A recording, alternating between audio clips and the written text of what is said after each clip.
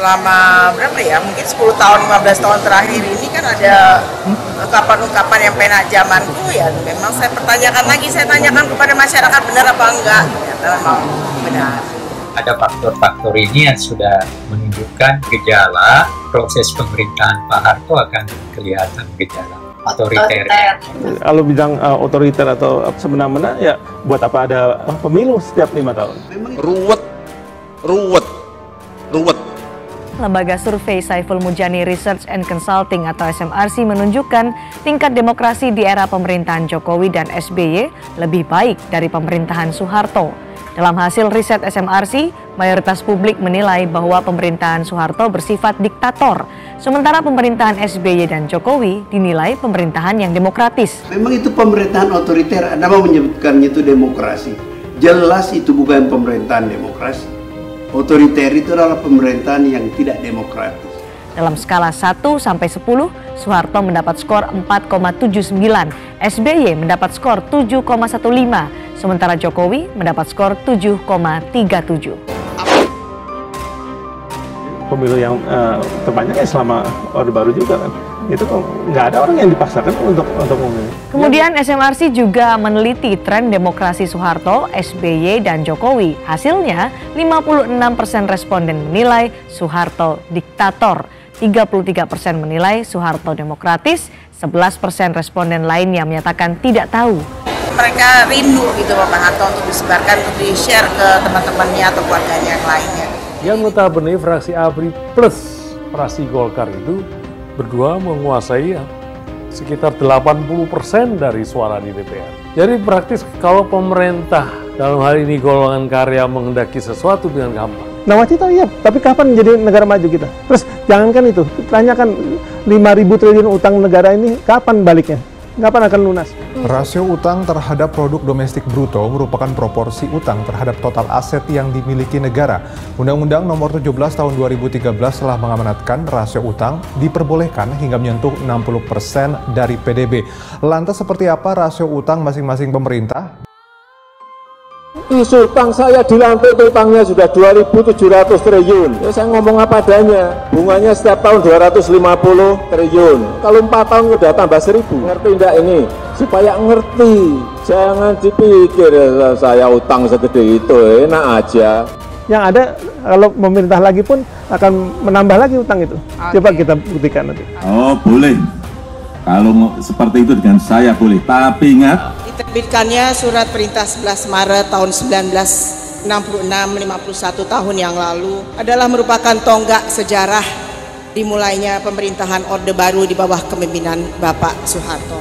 Dengan super smart itulah sebenarnya Soeharto merangkak dan berjalan dengan cukup cepat untuk mengkonsolidasikan kekuasaannya. Mungkin ini yang dikatakan oleh Bapak sebelum beliau lengser, bahwa sejarah akan membuktikan apa yang sudah Bapak dan Ibu buat untuk bangsa ini. Suatu bangsa yang berdemokrasi, tingkat peradaban demokrasinya, politiknya sudah berada pada tingkat demokrasi, dia tidak akan bisa diatur oleh pemerintahan otoriter.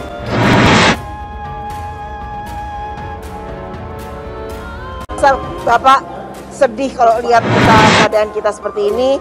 Jadi apa yang sudah beliau bangun selama ini kok kelihatannya tidak maju, tapi agak sedikit mundur.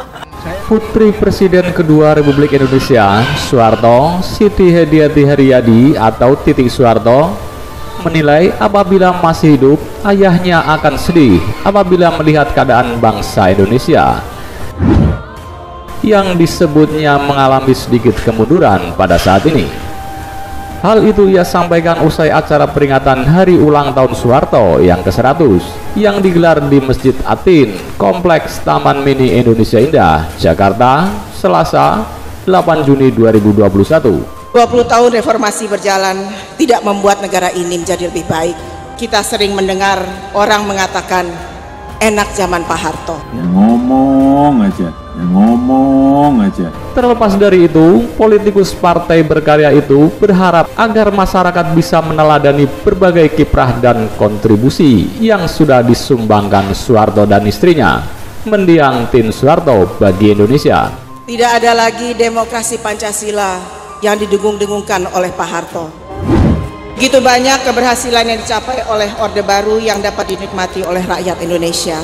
Utang luar negeri zaman pemerintahan Joko Widodo disebut-sebut mengalami kenaikan. Utang luar negeri di Indonesia di bawah kepemimpinan Presiden Joko Widodo terus membengkak, bahkan tembus hingga 6.000 triliun.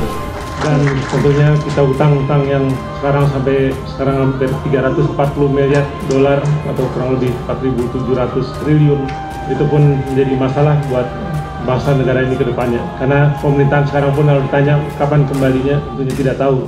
Yang paling penting menurut saya, utang pinjaman itu harus dipakai untuk hal-hal yang produktif, yang memberikan revenue, yang memberikan income, yang memberikan return kepada negara. Manfaatnya harus ada. Jangan pinjaman itu dipakai untuk hal-hal yang konsumtif.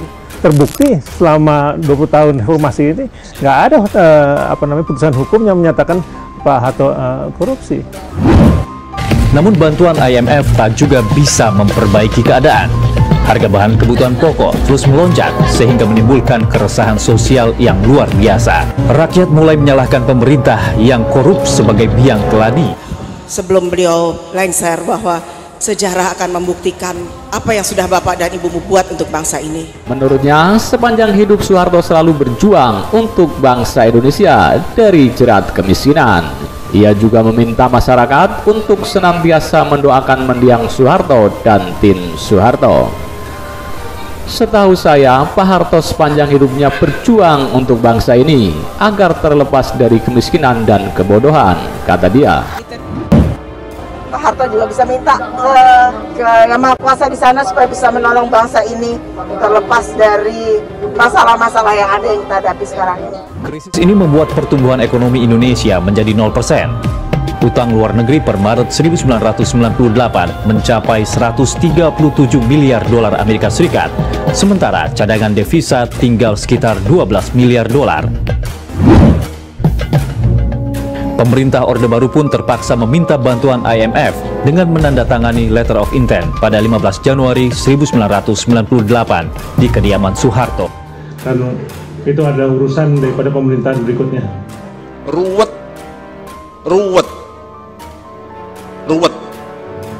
Nah, berarti ini akan kita lestarikan atau kita biarkan anak cucu kita menanggung utang yang besar dan tidak tahu kapan kembalinya.